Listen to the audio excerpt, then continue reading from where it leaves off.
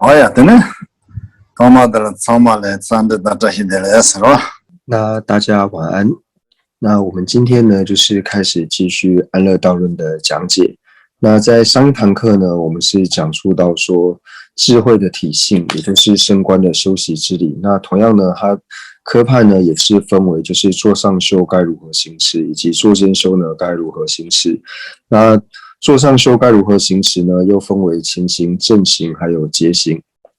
那我们在讲述到正行的时候呢，就讲述到说觉着人无我的修习方式，以及觉着法无我的修习方式。那在讲述到觉着人无我修行的方式的时候呢，那也讲到说了就是视觉定义，也就是我们一般所讲到的就是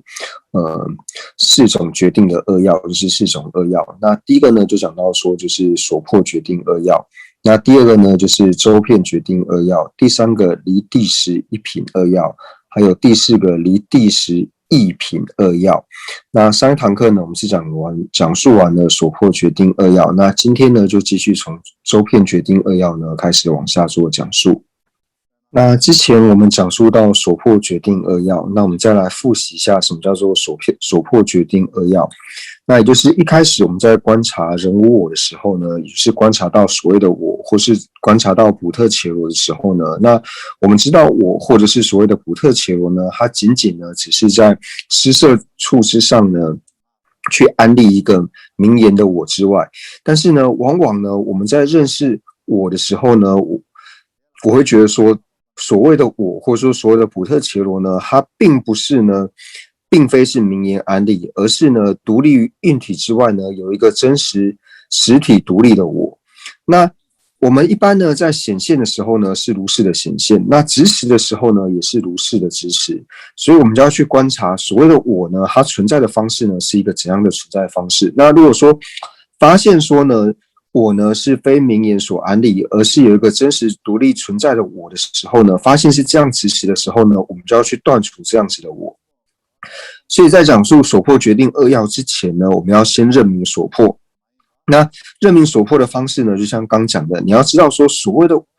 所破的我呢是怎样的存在方式呢？就是我们会支持说它并非是名言安立，而在心中显现的时候呢，有一个真实独立实体的我。那就举例来说呢，比如说在大众集会的时候呢，我被别人污蔑或是诬赖呢，说我是小偷，或者说呢我做什么坏事的时候呢，那这时候我会升起一个强烈呢想要为自己辩解的心。那这个为自己辩解的时候呢，你所支持的这个我呢，那我想要强烈为自己辩护的这个心的时候呢，那所支持这个我到底是长什么样子，就是我们要去观察的。就是你发现说在大众集会有人污蔑我的时候呢，那我会非常的气愤。那我很气愤的时候呢，这个时候我很气愤，或者说我所支持的这个我呢，它到底是怎样的一个我？那这个时候呢，所支持我的这个执着，就是我们一般所说的我执。那这种强烈我执兴起的当下呢，我们要透由新的一分呢，就是在新的一分呢分出一分，然后去观察说这个我执所支持的我，它是如何显现这个我，然后呢，它是如何支持这个我，就是透由这个时候呢，我们要去观察，然后从这边呢而去理解到说，所谓我执所支持这个所破的我呢，是一个怎么样的形象。那这种认识的方式呢，就是这边所讲的，就是我们要认识所破，也就是第一个所讲到的所破决定扼要。那接下来呢，我们就看到第二个，就是所谓的周遍决定扼要。那我们看到安乐道论第34页的倒数第3行。其次呢是第二个决定义，含片决定义。那含片就是周遍的意思。那周遍决定的意思是什么呢？就是在心中呢，我们紧紧的只想为我。那这个由能执持心所执持的我呢，那如果在我的五蕴有，则与五蕴为一还是异？彼存有之理，除此二之外，第三句根本是不可能的。任何一法是彼即彼，或者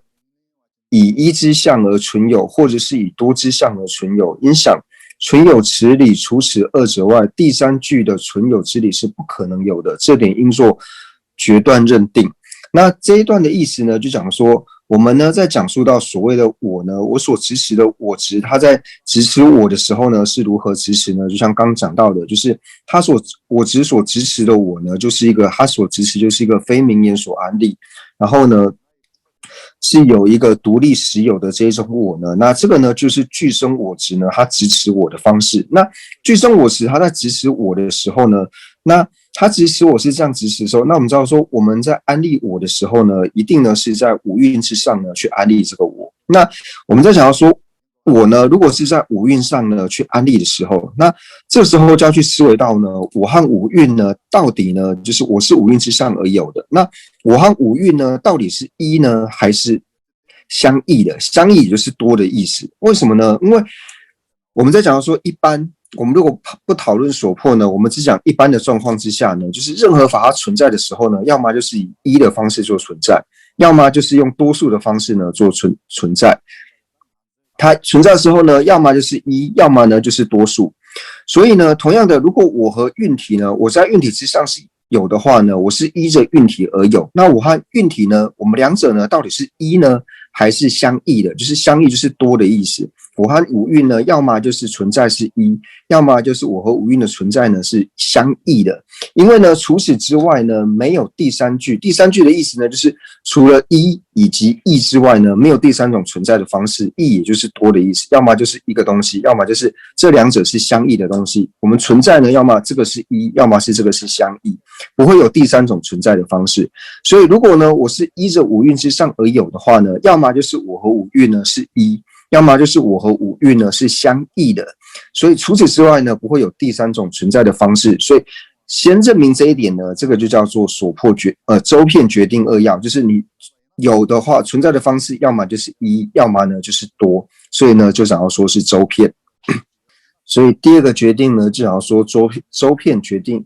二要。所谓的周遍呢，就是我存在的方式呢，要么就是一，要么呢就是相异。除了这两者之外呢，不会有超出这样子的存在的方式呢，所以叫做周遍决定，就是你存在要么就是一，要么就是相异，就是多数。那有讲到说我执呢，在支持我的时候呢，是从运体之上呢去支持说，就是五蕴之上有我。那所以我们要去支持的时候呢，那如果说我讲到说五蕴之上有我，那五蕴之上的我呢，它要么就是和五蕴呢是一，要么就是和五蕴呢是相异的，不会有超出这两者的方式。那接下来呢，就是讨论到说，那如果呢，我说是五蕴之上呢去安立有我呢，那我和五蕴呢，它是第11的话呢，那它具有怎样的过失？所以第三个决定呢，就只要说离第11品二要。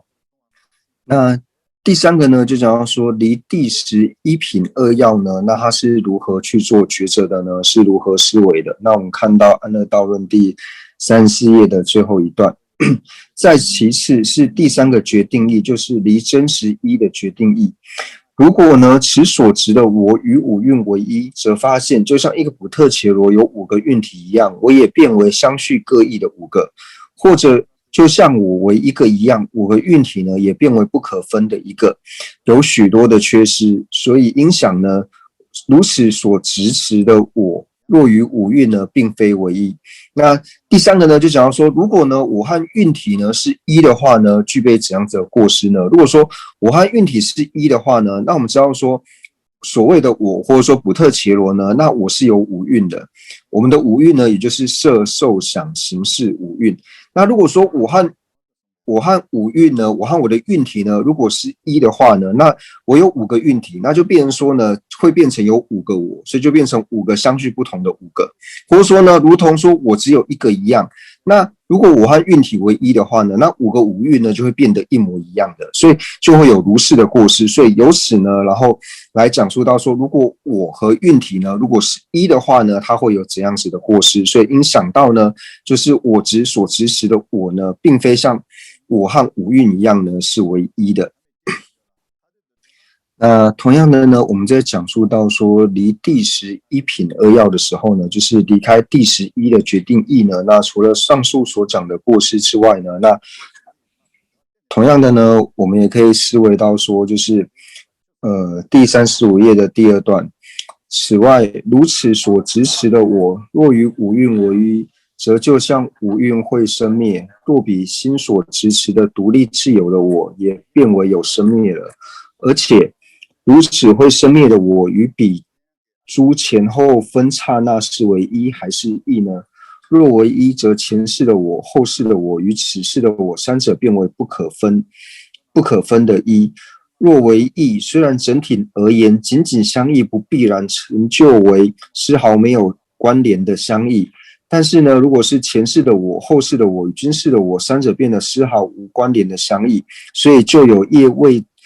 未造作必须受报，业已造作不必受报等诸多缺失。所以应该想呢，我与彼诸前后分刹那不是相异，有彼心所支持的我与五蕴呢也不是一。那这一段呢，就讲说，除了刚刚所讲述到的呢，会有上述过失之外呢，那它又有怎样的过失呢？如果说，就如同我执呢所支持的我，因为呢，如果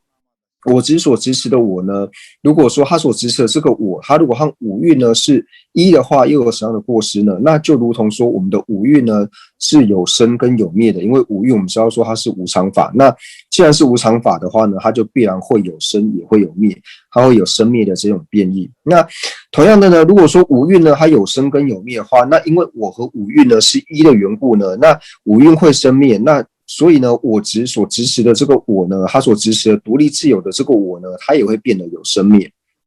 那会生灭变异的这个我呢，它与我的前世跟后世的这个我呢，到底是一呢还是异呢？如果说呢是一的话，就变成说前世的我，还有后世的我，还有现在的我呢，就变成说是同一个了，它就变成不可分的一了。那如果说是相异的话，那我们一般在讲述相异的时候呢，虽然说仅仅相异的时候呢，并不需要说变得没有关联的相异，但是呢，这里所指的相异呢，是指说自性成立的相异。因为你说，如果说他们是这三者，就是我和我的前世还有我的后世呢，三者如果是自性成立，那又是相异的时候呢，那就变成说它是自性成立相异的话呢，那就变成说过去世的我、今世的我还有来世的我呢，三者呢变得没有任何的关系。那前后世的我，如果和现在世我呢变得没有任何关系的话，那会有什么过失呢？就变成说，过去世呢我所造的业呢，那我这一世呢或是来世的我呢，他并不用感受到果报。那同样呢，我过去世所以造的业呢，那今世的我呢也不用受报，所以就会有业呢虽造呢，但不需受报，或者说业未造呢必须受报，或者说业已造呢不用受报的这一些过失。所以呢就要去想到说，这样子的我呢以呢就是我的前一刹那后一刹的我呢，它并不是相异的。所以同样的呢，如同我执所支持的我呢，它和五蕴呢也不是一的。那除了上述所讲的两种过失之外呢，那同样的呢，如果说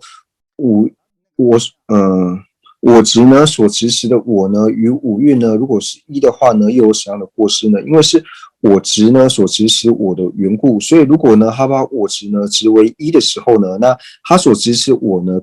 必定是呢自性实有的缘故。所以我和五蕴若为一呢，因为是自性实有一的缘故，所以变成从一切部分到一切的都为一。如此一来，就有我是五蕴的能取蕴者，及我不是五蕴的所取蕴者等等诸多缺失。因此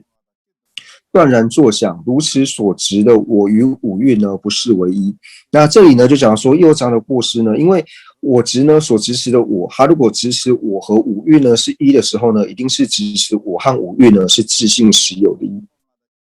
那我和五蕴如果是自性实有一的话呢，那就表示说呢，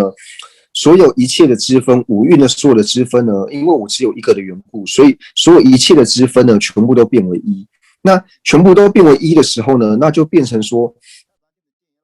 五蕴它的能取蕴，我呢是五蕴的能取蕴，因为呢我们变成一的缘故。那同样的呢，还有我呢会变成不是五蕴的所取蕴者。为什么变成说我不是五蕴的所取蕴者呢？因为一般来说呢，我们在讲述的时候呢，是提到说五蕴呢它是所取蕴，那我呢是能取蕴。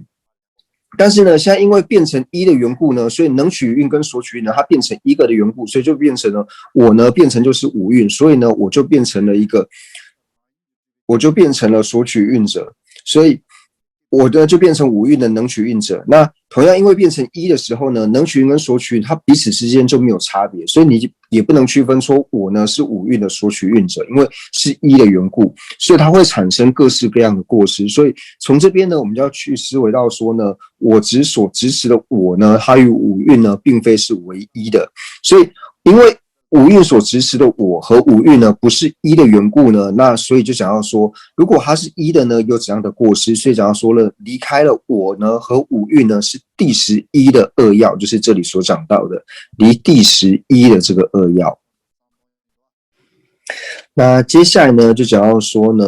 离第10义的这个决定恶要。什么叫做离第10义的决定恶要呢？就是离开第10相异的决定恶要。因为一开始呢，我们就讲到说周遍决定恶要的时候呢，就要说我执呢所执持的我呢，它是在五蕴之上去执持的。那它如果在五蕴之上去执持的时候呢，我们知道说，要么去执持的时候呢，要么就是一，要么呢就是相异。除了这两者之外呢，没有第三种的存在方式。所以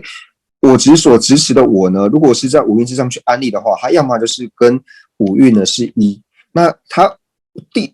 我执所执持的我呢，如果跟五蕴是一的时候呢，我们在上一个呢，就是离第11的这种过失呢，我们已经讲述过了。它如果它五蕴呢是第11的话呢，有如是的过失。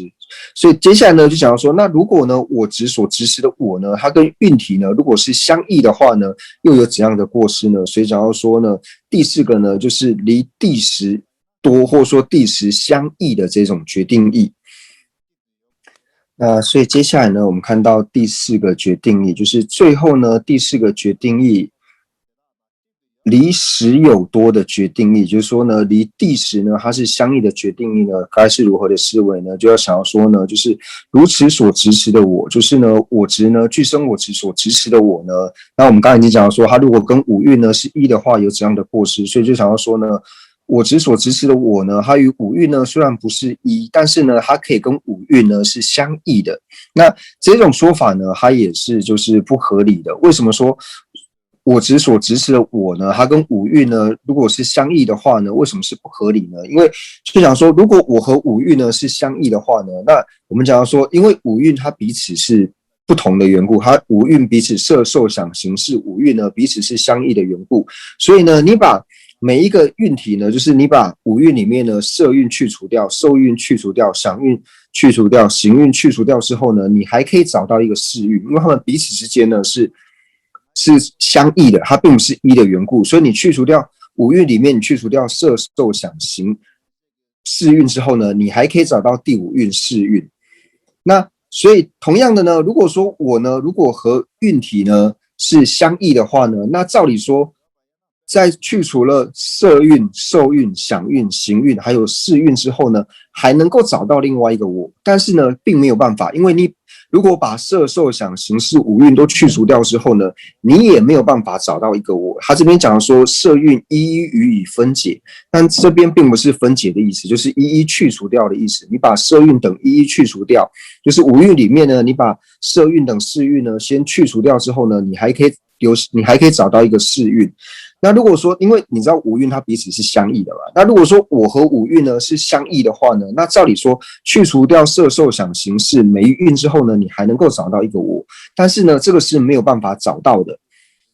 所以就说呢，你把色蕴等都去除掉之后呢，那照理说也可以找到一个我执呢所执持的我，因为呢它跟五蕴彼此呢是相异的缘故，但是呢并没有，所以呢应该去想说呢，我执所执持的我呢与五蕴呢它并不是相异的。接下来呢，就讲述到说，透由上述所讲的，就是4种恶要，或者说4种决定义的这种观修之后呢，透由这样子的思者之后呢，去思维以后呢，那我们应该了解到说呢，就是如同呢，就是具生我执，他所执持的这个我呢，它呢是不存在的，因为透由4种方式。上述所讲的4种恶要呢，或者说4种决定义呢，我们去观察之后，发现说，具生我执所执持的我呢，它是不存在的。那这个时候呢，我们的心呢，就要对于这样子的一个了解，或者说这样子的定解呢，然后让这个续流呢，能够不断的延续下去。那所谓呢，了解到我和蕴体呢，它并非是第十一或是第10相异，由此了解到呢，第10第时存在的我呢是不存在的，这个呢就了解到说我呢并非是自性成立的。那我并非自性成立的这一点呢，所了解到的这个心呢，就我们所讲的证得空性的智慧，就是我所了解到呢，我并非自心成立的这个智慧呢，就是我们所讲的证得空性的智慧。那当升起了这个证得空性的智慧的时候呢，或升起了我呢自性不成立的这个智慧的时候呢，就变成所讲的，对于这样子的定解呢，我们的续流呢，就是要让它远离就是沉默还有调举的过失，然后呢一心呢专注在这个所缘之上呢，然后去将护我们的所缘，就是去好好的呢守护我们现在所了知到的呢，我呢是自性不成立的这个所缘，要好好的去守护。那接下来呢就讲述到说呢，就是我们呢对于就是如是透由视觉定义的观察呢，然后能够了知到说我呢是自性不成立之后呢，那对于这样子的定解呢，我们的心绪呢就是要远离沉掉呢，然后将护所缘，然后好好的呢在一心呢在知之上去做观修。但是呢，如果说对于像我们就是一开始做于修行就是观修空性的这些行者呢，那对于说这样子的决定义呢，就是了解到说呢，这个我呢，它是第时不成立的这一点呢，或者说它是自性不成立的这一点呢，我们对于这样子的定解呢，就是力量呢，要是稍微趋缓的时候，就是没有这么强力去支持的时候呢，那对于我们这些初修行的人呢，一开始观修的人呢，就要如同上述所讲的4种决定义呢，就是4种扼要呢，然后呢，要再予以的呢去观察以及抉择。那透过观察呢，还有抉择之后呢，然后再让自己呢能够理解到说呢，诸法呢都是所谓的空呢，就是无实有，就是没有地实的这个定解。那这个呢是对于说我们一般的这个初学者，然后观修的这种方式。那对于说初学者里面呢，要是他的慧力呢是较为猛力的这一种，他的智慧呢是属于比较锐利的这一种呢，那他对于说实有的这个我呢，那他可以去观察说实有的这个我呢，所谓实有的我呢，它是如同具生我执呢，就是所显现般呢，是不是如同具生我执所显现般的成立？去观察说，观察比成立或是不成立，就是你讲到说实有的我，那这个第时存在的我呢，它是否是如同具生我执所显现般那样子的成立，或者是不成立？那或者说呢，它也可以透由上述所讲的呢4种决定义的这种观察抉择呢，然后了解到说呢，空呢是一切的所谓的空性呢，它就是无有地实的这种定解。那这个时候呢，透由这样子的定解呢，就是了解到说，诸法呢都是自性不成立的，诸法呢都是无有地实的这个定解呢，那所得到的这个决定呢，所获得的决定是什么呢？就是我们这个时候所能够理解的呢，就了解说一切法呢，它都是自性无实，就是它的自性呢都是不存在的，都是无地实的。那我们可以断然的呢升起这样的定解，就是断然升起定解的意思，就是说我们能够非常的确定。非常决定呢，就是这个呢是真实的，诸法呢它都是无自性、无地实的。那在显现上呢是什么呢？显现上呢，这个时候就能够遮除掉所遮品的，就是我们所讲的我们的所破。这个时候呢就能够遮掉所破呢无实有，然后身体这样子的决定的这个定解。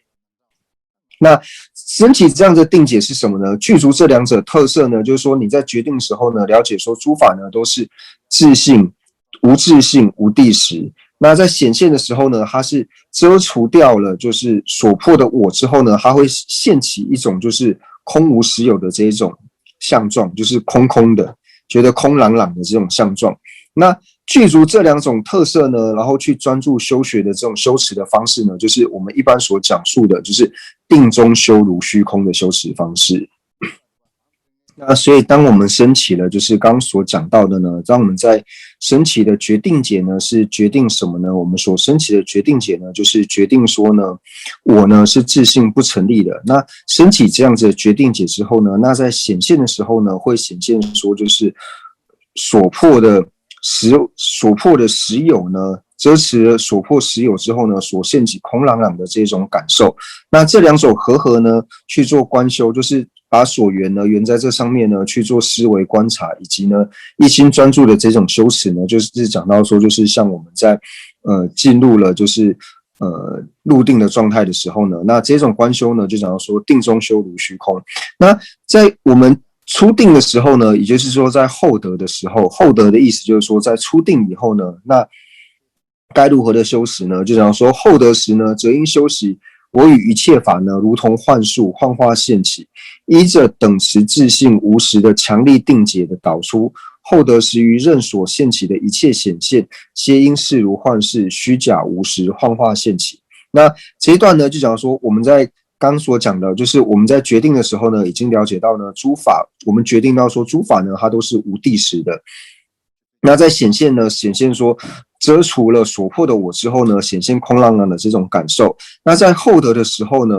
我们该了解到说我和诸法呢，它都是如同幻化一般。那如何幻化一般是如何的去做观修呢？就是因为我在入定的当下呢，我在平等智的当下呢，我在定中的时候呢，因为我了解到说诸法它都是无地实的，那因为这种强力的这种决定解的缘故呢，透由这个强力决定解的引导，那我在初定的时候呢，我因为很清楚的了解说，因为我已经升起了决定解，所以了解说诸法呢它都是无地实的。那虽然说现在呢在显现之上呢，都是显现到诸法呢它是有地实的，都是显现诸法有地实，但是我知道说诸法实际存在的状况呢，它是无地实的，所以现在我所看到的呢，就如同幻化一般，所以这种的修持方式呢，就讲到说后得修如幻化。那所以呢，这边这个科判呢，最主要呢，就是在讲述到说呢，抉择人无我的时候呢，该如何的抉择？那这抉择人无我的时候呢，就讲述到说，透由就是思维四种扼要，或者说我们这边所讲述到的呢，思维四种决定呢，然后来做思维，然后透由四种决定，思维四种决定呢，四种扼要之后呢，我们所升起的决定解是什么呢？我们所升起的决定解呢，就了解到说，我或者说补特伽罗呢，它的自性呢是不存在的。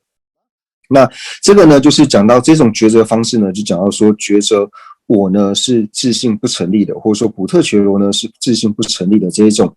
决定解呢，就是这里所讲的去抉择呢，就是人无我。那一般呢，我们在讲说在抉择人无我的时候呢，因为我们是要透由正理呢去思维，那抉择人无我的正理呢，其实有非常的多。那在经论里面呢，就有讲到一个就是观则离义的正因。就是离开一或者是义的正因，观则离一义是相异的义，离一义的正因，就是透由这个正因呢，然后我们可以了解到呢，补特伽罗为什么是无我的。那这个理路呢，我们该如何的呢去做施者呢？那这个理路呢，在安立的时候呢是这样安立的，就是一开始呢在安立有法的时候呢，那这个有法无论是安立是我也好，或是补特伽罗也好，都可以，因为现在是抉择就是补特伽罗无我或是人无我的缘故呢，所以我们在放有法的时候呢，就是讲事例的时候呢，我们讲说补特伽罗有法，那补特伽罗有法因是自性不成立的。那为什么呢？它不是自性不成立的原因是什么呢？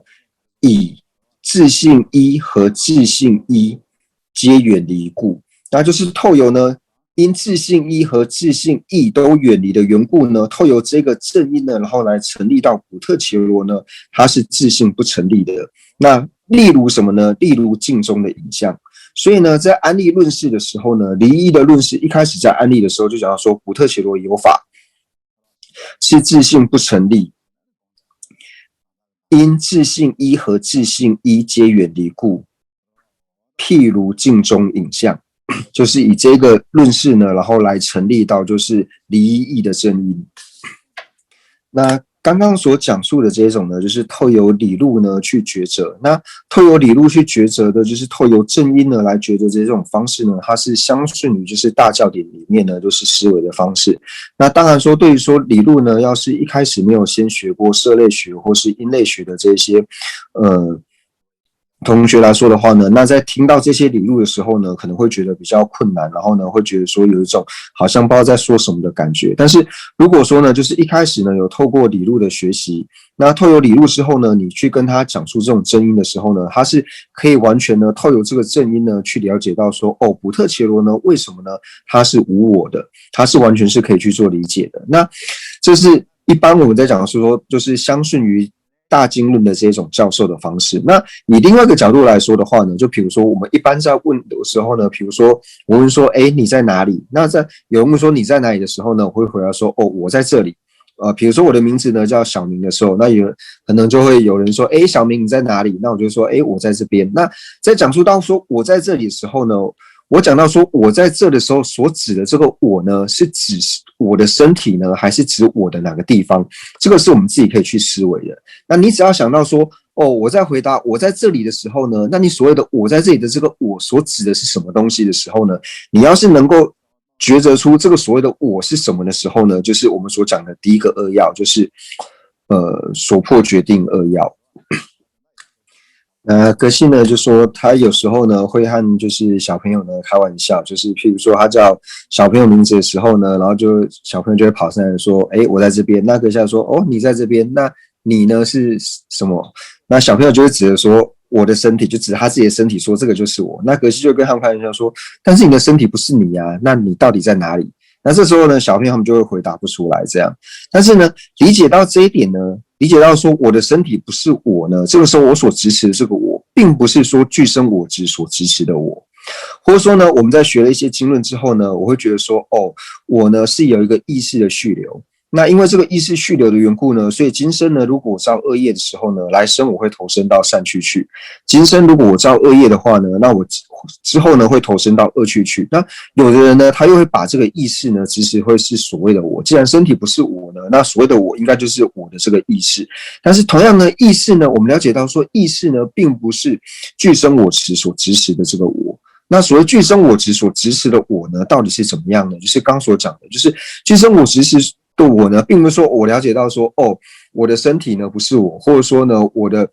的意识呢不是我，并不是这个样子，而是了解到说，我呢并非分别心所安立，而是独立实体的这个我，这个我呢才是具身我执所执持的这个我，所以这个是我们所要认识的所破呢，是这一个。那所以呢，这边呢，我们就要分辨清楚，就是我们这边讲到一直在讲述到我的时候呢，我们要来说是有两种呢不同的我，一个呢就是我执呢所支持的这个我，那我执所支持的这个我呢是所破的我。那我们要了解到所破的这个我呢，它是不存在的，但是另外一个呢，就是我们在讲到说造业感果的这个我。造业感果的这个我呢，它是存在的。虽然说这两者呢都是安立的我的这个名词，但是这两者呢是有所区别的，我们一定要区分的清楚。所谓呢所破的我呢，也就是我们一般所讲述到，就是具身我执所支持的这个我。那具身我执所支持的我是什么呢？它就是在五蕴之上呢，非由分别心安立，然后呢独立真实的这个我呢，是所谓所破的我。那所破的我呢，它是不存在的。但是所破的我不存在呢，并不表示说名言安立的我呢是不存在的。所谓名言安立的我呢是什么呢？就是一般我们是讲说到造业感果的这个我，造业感果的这个我呢是名言安立的我，那造业感果的我呢是存在的。所以这两者呢，我们一定要区分清楚。所以说一开始在学习的时候呢，可能会感到比较困难，但是这两点呢一定要分清楚，就是所谓的在讲述在我的时候呢，当听到说一个呢是所破的我的时候呢，就了解到说，哦，所谓的所破的我呢，或者说具身我执所支持的我，就是在讲述到说五蕴之上呢，非由分别心所安立一个独立真实的我呢，那这样子的我是不存在的。但是呢，另外一个造业感果的这个我呢，名言所安立的我呢是存在的。因为呢，有的人听到说，哦，原来所破的我呢是不存在的时候呢，他会觉得说，哦，那表示说我呢都不存在，那所以呢，造业感果的我呢也不存在。那造业感果我都不存在的话呢，那这个时候呢就会堕入于断边。这个时候呢，就是升起了断见，堕入于断边。所以呢，我们在了解到我的时候呢，要区分清楚说呢，五蕴之上呢，非由分别心独立实体，这个我是所破的我，这个我是不存在的。但是呢，名言安立的这个我呢，它是存在的。当我们能够破掉所破的我，然后能够安立到名言安立的我的时候呢，这个时候就表示说，我们是获得了远离长断二边的正见。那所以我们一开始呢，在了解到就是所谓的在观修无我的时候呢，我们要先了解到说可以透由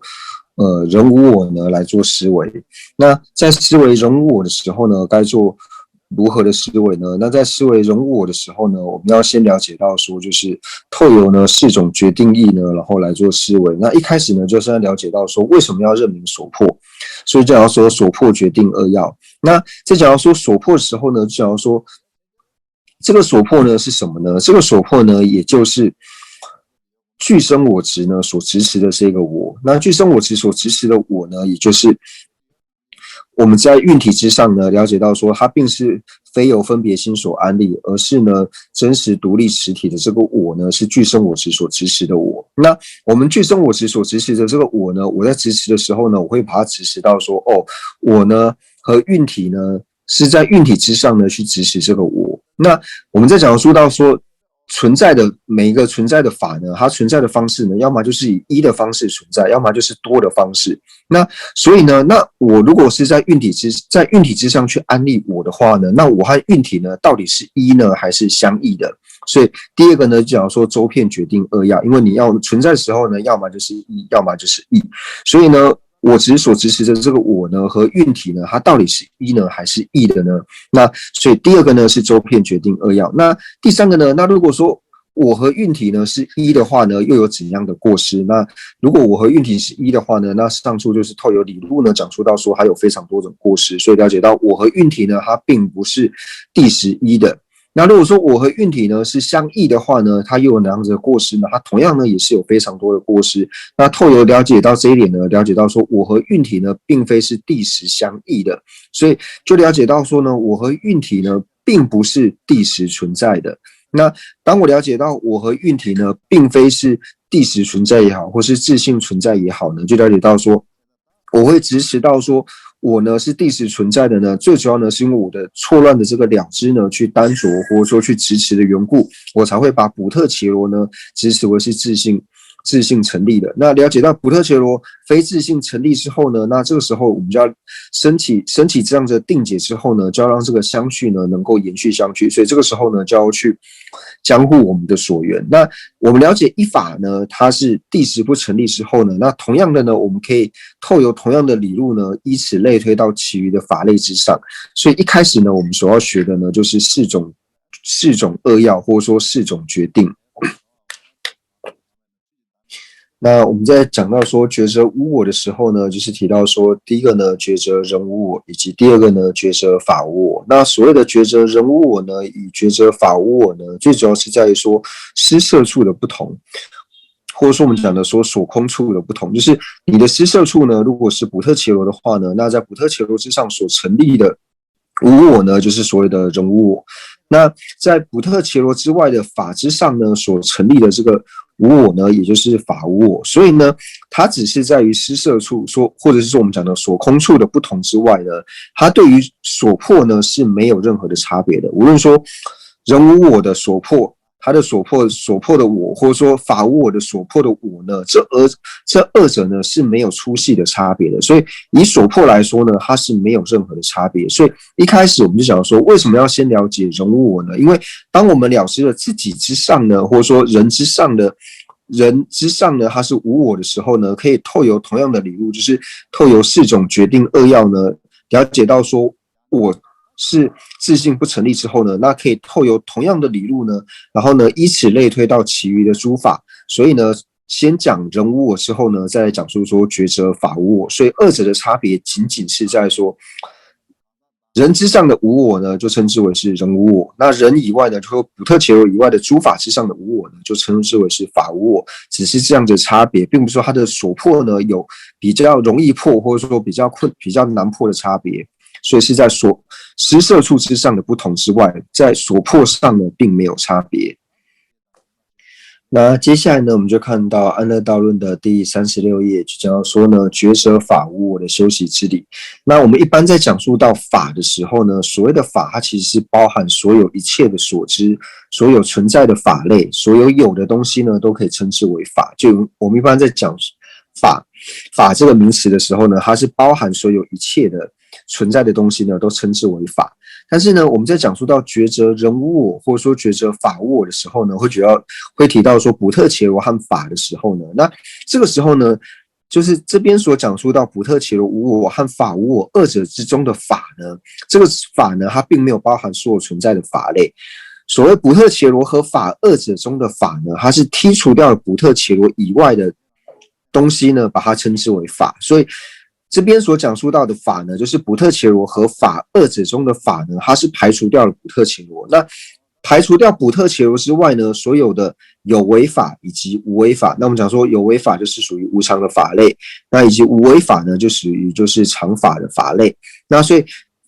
去除掉了补特伽罗之外呢，所有的有为法或是无为法呢，都是我们在讲述到觉者法无我里面的这个法的意思。所以觉者法无我的这个法呢，它是去除掉了补特伽罗以外呢所存在的诸法呢，称之为这里的法。那所以呢，在这边讲述到说觉者法无我的修习之理的时候呢，它又分为两个。那我们知道说，它去除掉补特伽罗之后呢，那所有的有为法，也就是无常的法类，和所有的无为法，也就是常法呢，都包含在里面。所以在觉者法无我的时候呢，它又分为就是觉者有为法自性无的修法，以及觉者无为法自性无的修法。那首先呢，先觉者有为法自性无的修法。那我们知道说有为法呢，就是无常的法类呢，它又分为就是色法、心法，还有呢心不相应行法呢三种。就是所有无常的法类，或是所有的有为法呢，是完全可以收摄在色法、心法、心不相应行法这三者里面。所以在觉者法无我的时候呢，那一开始我们所觉者的是有为法的无自性，所以在觉者有为法无自性的时候呢，又可以分为就是觉者色无自性、觉者心无自性，还有觉者呢不相应行无自性三者。接下来我们看到第36页的第2段，那讲到呢，首先呢就是觉者有为法无自性的思维呢，还有分为呢，就是色法、心法以及心不相应行法的三者。那第一个呢，就是觉者呢，就是色法的无自性。那觉者色法的无自性呢，我们该如何的来做思维呢？那一开始呢，就以我们的身体来说的话呢，那我们知道说，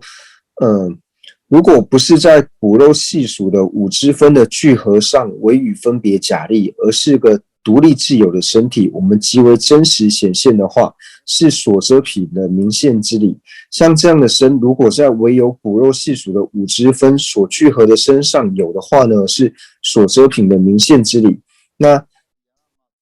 像这样子的身呢，如果是在唯有骨肉细属的五支分所聚合的身上有的话呢，那这样子的身是唯有骨肉细属五支分所聚合的身呢，是为一呢，还是为异的？那这一段的内容呢，其实就是说，我们一开始呢，就是要先觉者法无我，先觉者呢色无自性性。那觉者色无自性性的时候呢，该如何来觉者呢？那以我们的身体来说的话呢，我们知道说，我们的身体呢是如何去安立的呢？我们身体其实就是像我们的血肉，还有说就是我们所有的这种支分呢，就是四支或者说五支呢，这些所有的支分呢，然后合之上呢，然后透由分别心呢去安立的一个身体。但是呢，我们在执持的时候呢，会执持说我们的这个身体呢，它并非是由分别心所安立，它是有一个独立实体的这个独立实有的这个身体，我们会去这样子去做执持。那我们在执持的时候呢，我们除了这样执持之外呢，我们会觉得说，我所执持的呢，就是如同我所看到一样，就是这个身体呢，它是非由分别心所安立，它是一个独立实有的这个身体。那我会自然而然呢，认为说我所执持的呢是真实的，是正确的。那这种显现的方式呢，就是这里所讲到的。那这个呢，就是所破呢，它所显现的这个身体。那这样子的身体呢，我们知道说，所谓的身体呢，它仅仅呢，就是因为透由骨肉还有我们的四肢合之后呢，然后所安立的身之外，除此之外呢，并不是像说它并非由分别心去安立，是一个独立实有的身体。那就假如说，那身体呢，它和就是骨肉还有这些四肢合的这个身体呢，那它到底呢和这个身体和骨肉合的这一个骨肉和五肢合的这个身躯呢，那它到底是一呢还是异？一呢还是相异？然后透由这种方式呢来做抉择。那这里呢就讲述到说，我们刚刚讲到的就是，如果呢我们在色法之上呢，就是我们知道说我们的色法呢，它是透由就是骨肉，还有说像是五个支分呢合的这个身体。那五个支分呢所讲的就是头呢就是为一个支分，然后四肢呢各为四个支分，所以合起来呢是五个支分。所以我们的身体呢是透由骨肉呢还有五支分呢合起来呢成为的这个身。但是呢，如果说我们把它执持为这个身呢，它是独立实体有的时候呢，就是它并非由分别心呢安立，然后呢是独立实有的这个身体呢，就是所谓的这个执着呢，我们的执着在执持的时候呢，是执持这样一个就是非分别心所安立，然后是独立实有的这个身体呢。那这个身体呢，就是我们执持的时候呢，会显现，然后也会觉得说，我所显现的呢，就是一个真实的。那这个呢，就是讲到说所遮品的明现之理。那这个就是讲到说所破决定二要。那同样的，我在了解到说呢，我们所认为呢，就是我所执持的这个呢，就是不关带分别心，然后是一个独立实有的这个身体呢，它所执持的这个身体呢，那这样子的身体呢，它到底呢和骨肉还有五支分所合的这个聚合的这个身呢，这两者呢，如果是一的话呢，这两者它在这个之上去安立到了我们的身体，那所以就讲说我们的身体和骨肉和五支分合的这个聚合的身呢，它到底是一呢还是异呢？因为存在的话呢，它要么就是和它是一，要么呢就和它是相异。所以第二个呢，就讲到说是周遍决定二要。那如果说骨肉和五支分合的这个身呢，和我们所谓就是我执呢所执持的这个身体呢，它如果是一的话呢，会有怎样的过失呢？如果说这个呢和我们的身体呢，如果是一的话呢，那会有什么样的过失呢？因为我们知道说，我们现在的这个骨肉和五支分合的这个身体，它是从何而来的呢？它最主要就是从父精母血而来。那就变成说，一开始呢，父精母血呢，它也是就是我们意识呢所能够驱入的这个地方。那父精母血呢，因为我们只要说透由父精母血之后才变成了这个身体。那你说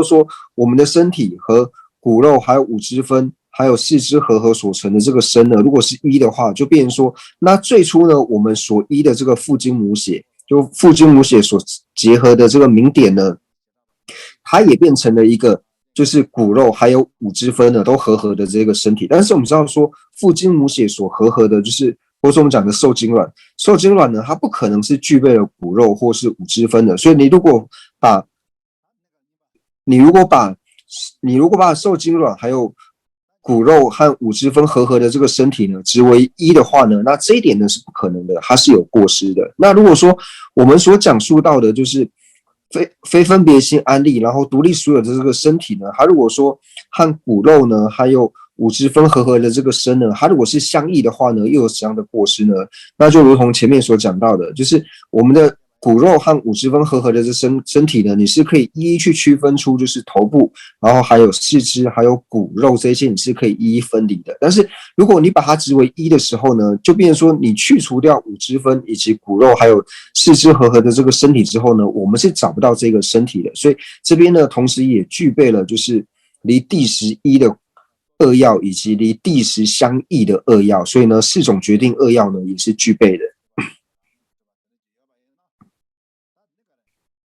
那在了解到说，就是身体呢，它并非自性成立之后呢，透由上述所讲的这个四种决定二要呢，了知到说呢，我们的身体呢，并非自性成立之后呢，那同样的，除了身体以外的一切的设法呢，也都是如同身体一样去做思维，然后从此而去抉择呢，色无自性。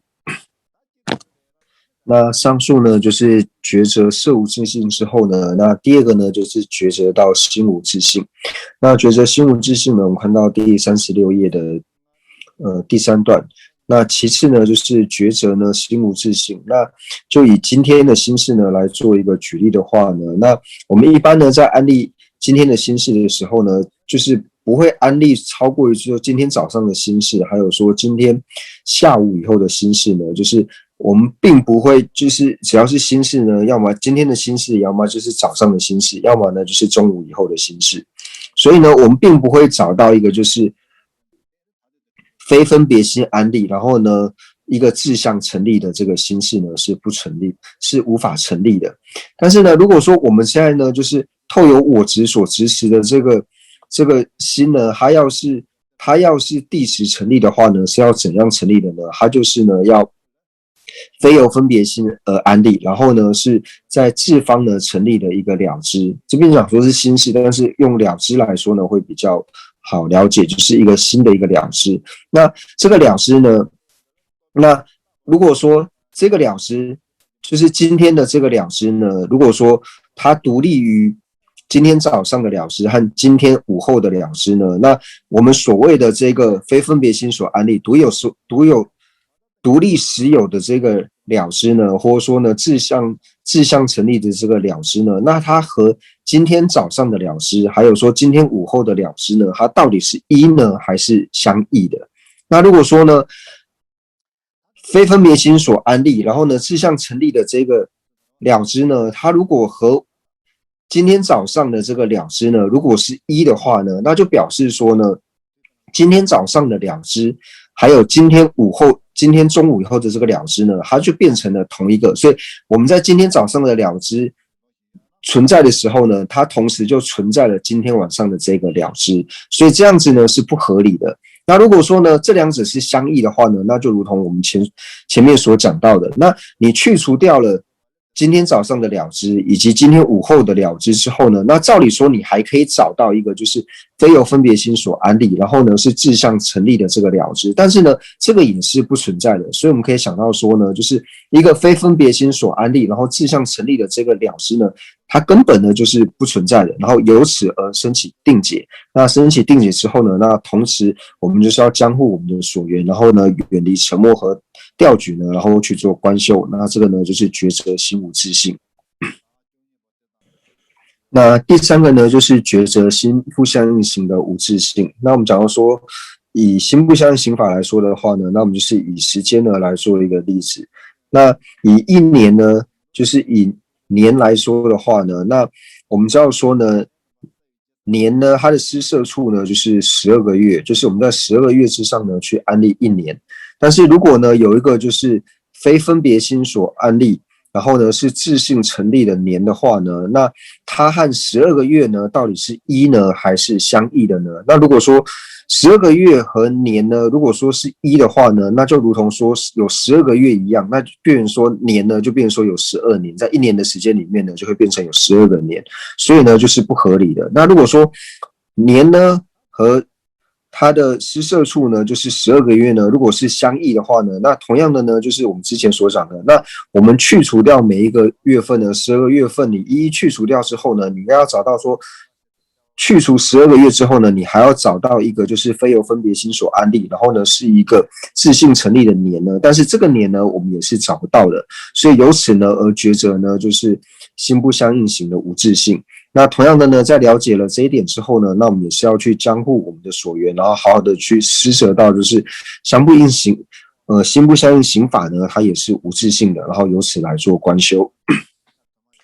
那接下来呢，就讲到说觉者无为法的无自性。那觉者无为法的无自性的观修的方式呢，就是我们以虚空呢来做譬喻的话，那我们知道说虚空呢，它同样呢就是具备了很多方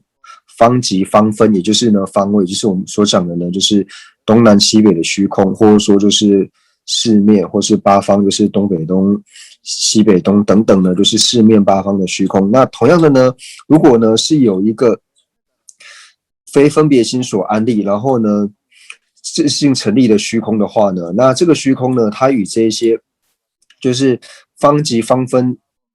的这些虚空呢，它到底是一呢还是异的？那同样呢，就是透由上述的理路呢去做施者。那如果是一的话呢，那就变成说呢，它有怎样子的过失？那如果是相异的话呢，就是去除掉这些方极方分之后呢，我们要找到一个非分别心所安立，然后呢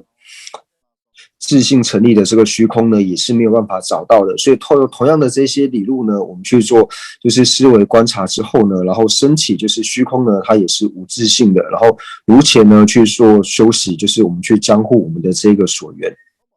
那总之呢，就是我们收摄来说的话呢，就以我来说呢，或者说我的运体，或者说呢大地山河虚空，或者说呢我们所讲到的轮回或是涅槃呢等一切的这些诸法呢，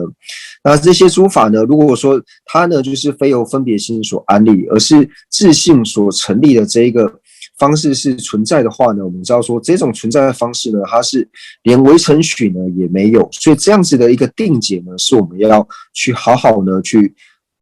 将护这个我们所缘到的这些诸法呢，都是无自性的，然后透过如是的思维呢，去了解到说，在等持如虚空，也就是在定中呢，如同虚空一般，就是刚所讲到的，就是我们所决定呢，就是了解到诸法呢都是无自性的。那在显现上呢，就是去除掉这个所遮所破的这个遮除所破之后呢，所现的空朗朗的这种呢，那这种观修方式呢，就是讲到呢，在定中修如虚空。那在初定之后呢，在后得的时候呢，该做如何的思维呢？在后得的时候呢，我们就要了解到说，我们就是我执呢所执持的这个境呢，那其实我们知道说，我们的内心呢所执持的这个境呢，它都是由因还有缘呢合之后呢才有的，它并不是自性成立的。我们要了解到说，就是我们心所显现的这些外境呢，它都是因缘合之后呢所成立，它并呢没有任何的自性存在。所以了解到呢，这些呢，它都是虚假的、无自性的这种体性，然后呢，透由此呢来观修呢，就是后得如幻化的这种修持。那透由这种方式呢，我们对于这一种定中修如虚空，以及后得修呢如幻化的这两种的这种观修呢，然后透由这样子的抉择以及观察之后呢，然后让我们的心呢能够升起了就是身心清安，然后透由这种身心清安呢所摄持的这一种等持，也就是定呢，那这种呢，就是我们所谓的就是具象的圣观，那也就是具象的毗婆舍那，就是我们所讲的就是圆得空性的这种智慧，就是这里所讲的最为具象的圣观。那以上呢，我们就讲述完了，就是圣观，也就是毗婆舍那呢，就是正行的部分。那最后呢，就是结行。那结行呢，该如何行持之理呢？就如同前面所说的一样呢，就是好好的呢去做发愿以及回向。那第二个呢，就要说，那做兼修的时候呢，该如何行持呢？那我们在就是做与做之间呢，那应该去阅读呢，就是阐述就是圣观道理的这一些经论等等呢。然后如前所说，就是让我们在做与做之间呢，让我们的心不要呢散乱。那在讲述完共道之后呢，那接下来呢就讲述到说，那我们为什么呢还要接着呢去学习就是密咒金刚乘呢？那接下来讲到说修习金刚乘之理，就是如此心绪呢以修习，然后呢熟悉了显称的共道。那这边所谓显称的共道呢，就是讲说我们已经熟悉了出离心、菩提心以及空正见之后呢，那行者呢必须去入于金刚乘，就是所修行的呢必须要去入金刚乘。为什么要去入密咒金刚乘呢？因为去入于密咒金刚乘的话呢，不需要观待三大阿僧祇劫，然后呢就能够快速圆满二资粮的缘故呢，所以要去入于密咒金刚乘。那接下来呢，就是做一个总结。那所以呢，在我们学习完了安乐道论之后呢，那我们就要每天呢，就是从一指三知识呢，一直到止观之间所有的教授呢，那这些呢都是因为经验教授的缘故，所以我每天呢都需要休息4座。那如果说时间不允许的话呢，那起码3座或是2座。那如果真的没时间呢，就是最少呢也要略修一遍，就是做1座的这种休息。那总之呢，就是透由对于道次第的这种观修呢，能够让我们的身能够升起觉受，就是心有所转动，就是让我们心有所改变，然后能够升起觉受。那当我们的心呢，能够对这些道次第的法类呢升起觉受的时候呢，那这个呢就是我们获得暇满人生呢最殊胜取其心要的一种方式了。那接下来呢就是回向文。那回向文呢就讲到说，吾等甘蔗种佛生密意，有彼吉祥燃灯至父子，能人第二若伤生开显，此修道次简要作极摄，畏惧缘者去脱顺缘故，由为法床行者善编造，愿此善根知他一切众，三世道次修行得究竟。那最主要呢就讲到说呢，就是导师释迦世尊呢，因为我们知道说他是出自于释迦族，那在翻译上呢就是有甘蔗族的意思。那释迦族呢，就是由释迦族所出生的这个导师释迦牟尼佛呢，他的甚深的这个密意呢，然后透由就是吉祥燃灯之父子，也就是阿底峡尊者，还有种尊巴大师呢，然后透由他们，以及能人第二呢，就想说第二尊佛呢，就是洛桑扎巴，也就是宗喀巴大师，那透由他们呢，然后来开显。那对于他们所开显这个道次第呢，那对于这个道次第呢，就是边迁洛桑缺阶呢，就是第4次边迁洛桑缺阶呢，他做一个简单的集摄呢，然后希望说有缘的这些有情呢，都能够因此而获得解脱。那未有法床行者。那法床行者呢，就是边签若上缺肩，它的名字呢就是缺肩翻译成中文就是法床的意思，就是由边签若上缺肩呢他所编造的。然后最后呢，他将一切的治他所有一切的善根呢，都是希望说一切有情修的学三世道的次第呢，都能够获得究竟以及圆满。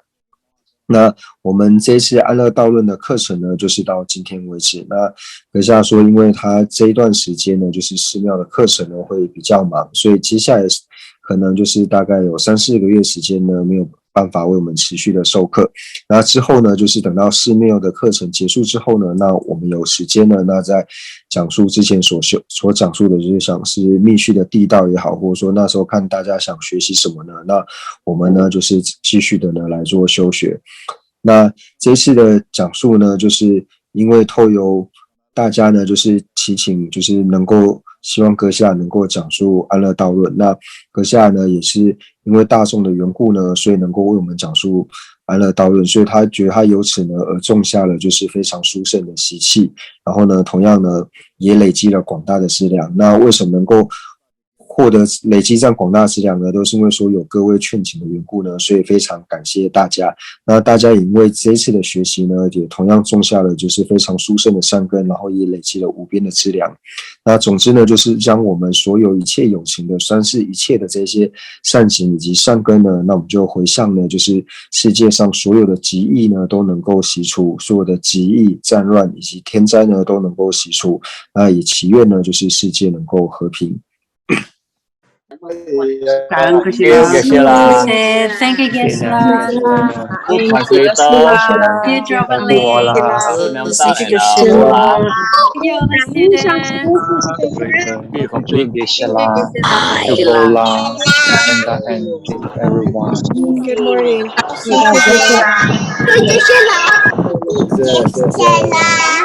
Thank you. Thank you, everyone.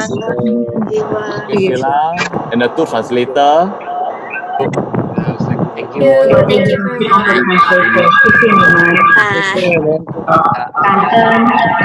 Cô Duy Trì Geshe-la. Thank you. Good night. Thank you, everyone, especially the translators. Thank Thank you. you. Bye bye, everyone. So Bye. we've completed the teachings. It's not 4 more sessions. We've completed it. So rejoice, and we'll keep you updated on more of the classes following. Thank you. Good night. Okay, Bye-bye. Thank you. Bye bye. Yan Fang. Thank you. Good night. Bye bye. Bye bye, Thank you. 大家。美女。拜拜。